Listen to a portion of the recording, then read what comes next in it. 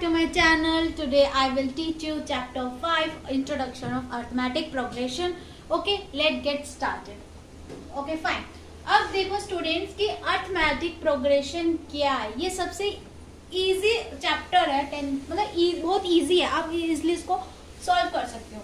Okay, अब arithmetic progression और arithmetic equations of number such that the difference between the consecutive term is constant. देखो बेटा students, arithmetic progression मतलब कि कोई चीज सीक्वेंस में चल रही हो, मतलब कोई उसका पैटर्न हो, उसको क्या बोलते हैं, अर्थमेटिक प्रोग्रेशन. जैसे एग्जांपल है 4, 8, 12.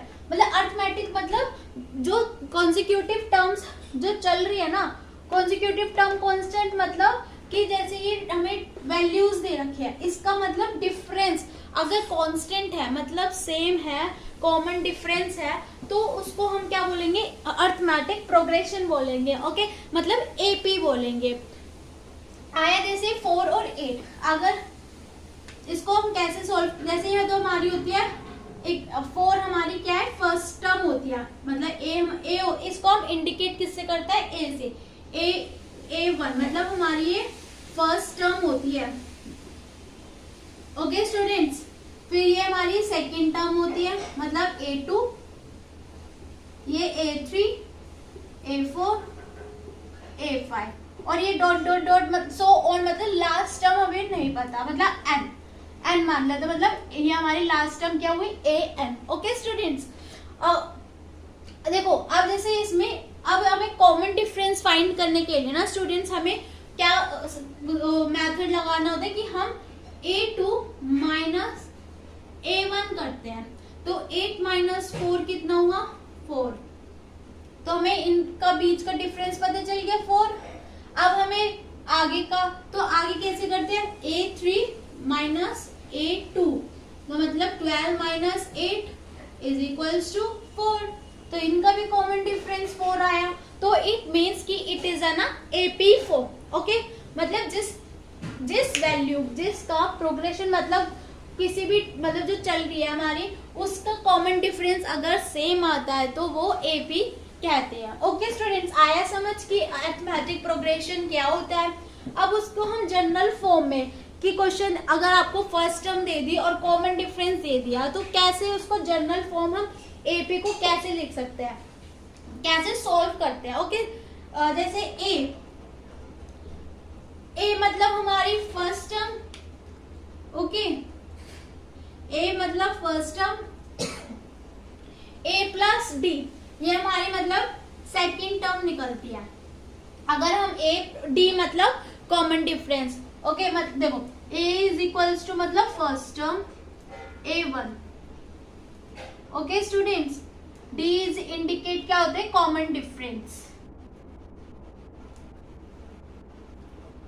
Common difference. और A2 is equals to second term, A3 is third term, ऐसे ही लास्ट तक AN आ जाता है, मतलब n टर्म. ओके स्टूडेंट्स, अब देखो अगर सपोज आया कि कैसे मतलब अरिथमेटिक प्रोग्रेशन क्या होते हैं, जिसका मतलब कॉमन डिफरेंस सेम हो, उसको क्या बोलते हैं, अरिथमेटिक प्रोग्रेशन बोलते हैं, मतलब एपी के फॉर्म में है वो. और जिसका कॉमन डिफरेंस नहीं है, सेम नहीं आता, तो मतलब उसको हम क्या बोलते हैं, वो कि एपी की फॉर्म में नहीं है, इट डजंट फॉर्म है ना एपी. ओके स्टूडेंट्स, अब नेक्स्ट है द जनरल फॉर्म है ना एपी. क्या हम जनरल फॉर्म एपी को जनरल फॉर्म कैसे करें, तो हम कैसे ए फर्स्ट टर्म सेकंड, अब तो हमारा A1 निकल जाता है, ये A1 तो पता ही निकालने तो होते हैं, फिर A2 फाइंड हो जाता है.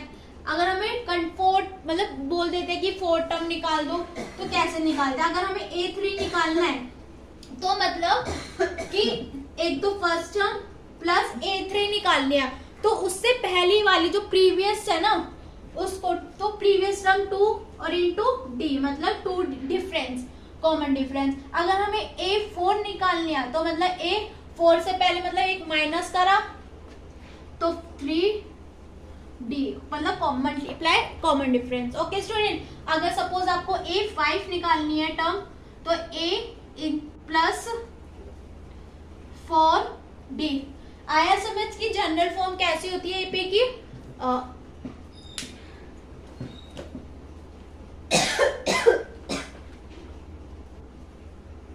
स्टूडेंट्स अब फाइंड आउट करते हैं कि एन टर्म कैसे हम फाइंड करते हैं। जैसे एग्जांपल समझते हैं, हमें फर्स्ट टर्म गिवन है, फर्स्ट टर्म गिवन है हमें 10 और कॉमन डिफरेंस कितना है 2।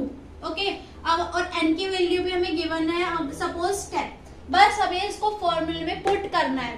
तो कैसे करेंगे? a 10 की मतलब n हमें 10 दे रखा है और फर्स्ट टर्म कितनी है 10, n हमें 10 माइनस 1 और कॉमन डिफरेंस इंटू 2। तो a 10 इज इक्वल्स टू 10 प्लस 9 इंटू 2। तो a 10 is equals to 10 in plus 18। तो हमें n की टर्म कितनी वैल्यू आ गई हमारी 28 आया। कैसे फॉर्मूले में पुट करते हैं? जब हमें ये सब गिवन हो तो हम ये इसको अप्लाई करते हैं। ओके, फॉर्मूले में आया समझ।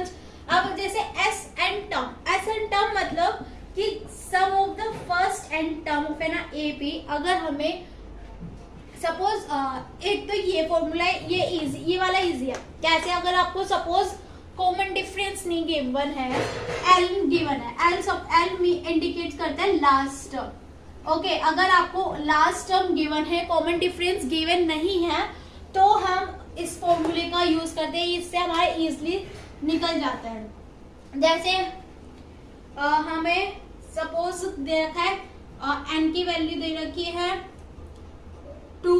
ओके, और फर्स्ट टर्म दे रखी है और हमें क्या कॉमन डिफरेंस फाइंड करना है। ठीक है, और कॉमन डिफरेंस एन की वैल्यू और फर्स्ट टर्म ये, बस इसको एन 2। जैसे हमें कॉमन डिफरेंस गिवन नहीं है, एन गिवन है, फर्स्ट टर्म और लास्ट टर्म गिवन है। जब हमें लास्ट टर्म गिवन हो तो हम ये वाला फॉर्मूला यूज कर देते हैं। जैसे एन हमें 2 अपॉन में 2 मतलब एन अपॉन 2 होता है इज इक्वल्स टू ए हमें 10 प्लस लास्ट टर्म हमें 20 दे रखी है, तो 2 से 2 कैंसिल। ओके, फिर 10 प्लस 20 हमारा क्या कॉमन डिफरेंस आ गया 30। ओके स्टूडेंट्स, आया। ये बहुत इजी चैप्टर है, आपको अच्छे से समझ आ जाएगा। एक्सरसाइज तब हम एक्सरसाइज भी करेंगे। ओके, आई होप यू आपको ये वीडियो अच्छी लगी हो। प्लीज सब्सक्राइब, लाइक और शेयर करें, और कोई भी डाउट हो तो प्लीज कमेंट सेक्शन में जरूर बताएं। Okay, thank you.